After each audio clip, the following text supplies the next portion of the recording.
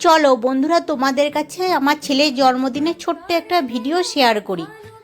তোমরা তো জানো আমার ছেলের জন্মদিন এবার শনিবারে পড়েছে। যেহেতু শনিবারে আমরা নিরামিষ খাই, শনিবারে গিয়েছিলাম বড় মা পুজো দিতে।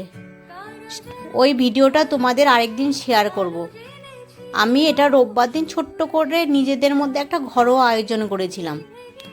মা হয়েছি তাই সকাল সকাল রান্নার তোড়জোড় শুরু করে দিয়েছি। তোমাদেরকে এক নজরে দেখিয়ে দিলাম রান্নার ভিডিওটা। রান্না মোটামুটি আমার কমপ্লিট হয়ে গেছে। তোমরা তো জানো আমার হাজব্যান্ড চিকেনটা ভালো করে, তাই সব আমি করলে তো হবে না, বাবারও একটু দায়িত্ব আছে, তাই দিয়ে দিলাম মাংস রান্নার দায়িত্বটা হাজব্যান্ডকে। এদিকে ও রান্না করুক, আমি চলে গেলাম একটু রেডি হতে। দেখো ছেলের জন্মদিন বলে কথা, একটু তো রেডি হতেই হবে। আর সেদিনকে প্রচণ্ড গরম পড়েছিল, প্রচণ্ড খাটনিও পড়ে গেছিলো, তাই খুব কষ্ট লাগছিল। বললাম একটু ফ্যানের হাওয়াও খেয়ে আসি।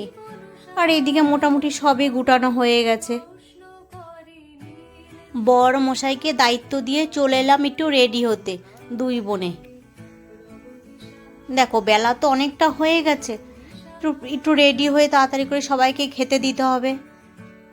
আমরা এদিকে রেডি হচ্ছে, এদিকে দেখো আমার বাবা বাচ্চা হয়ে গেছে, এক মনে নিজের মতো নিজে ফোন দেখেই যাচ্ছে।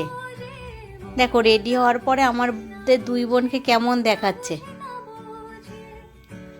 আর আমার না শরীরটা অতটা ভালো ছিল না। যাই হোক, ছেলের জন্মদিন একটু করতে তো হবে। তারপরে দেখো আমাদের সবাইকে, এদিকে দেখো দিদির মেয়ে বলছে মাসি তোমরা একা একা রেডি। দিদির মেয়ে বলছে মাসি তোমরা একটু এদিকে আসো, তোমাদের সাথে একটু ছবি তুলি। তারপরে চলো আজকে আয়োজনে কি কি ছিল একবার দেখিয়ে দিই তোমাদেরকে।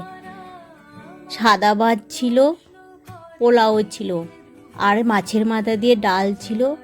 এটা লোটে মাছ। তোমরা আবার কেউ বলো না জন্মদিনে লোটে মাছ কেন। লোটে মাছটা আমাদের ঘরে খাওয়ার জন্য এনেছিল, তাই মা ভালোবাসে, বোনও ভালোবাসে, তাই আমরা নিজেরা খাওয়ার জন্য এটা করেছি। আর এদিকে দেখো চিকেন, আর ছিল রুই মাছের কালিয়া, বাসন্তী পোলাও, আমের চাটনি, পাঁপড়, দই মিষ্টি তো থাকবে। আর জন্মদিনে পায়েস না হলে হয়। আর মিষ্টির মধ্যে তো যা যা ছিল এক নজর দেখিয়ে দিলাম।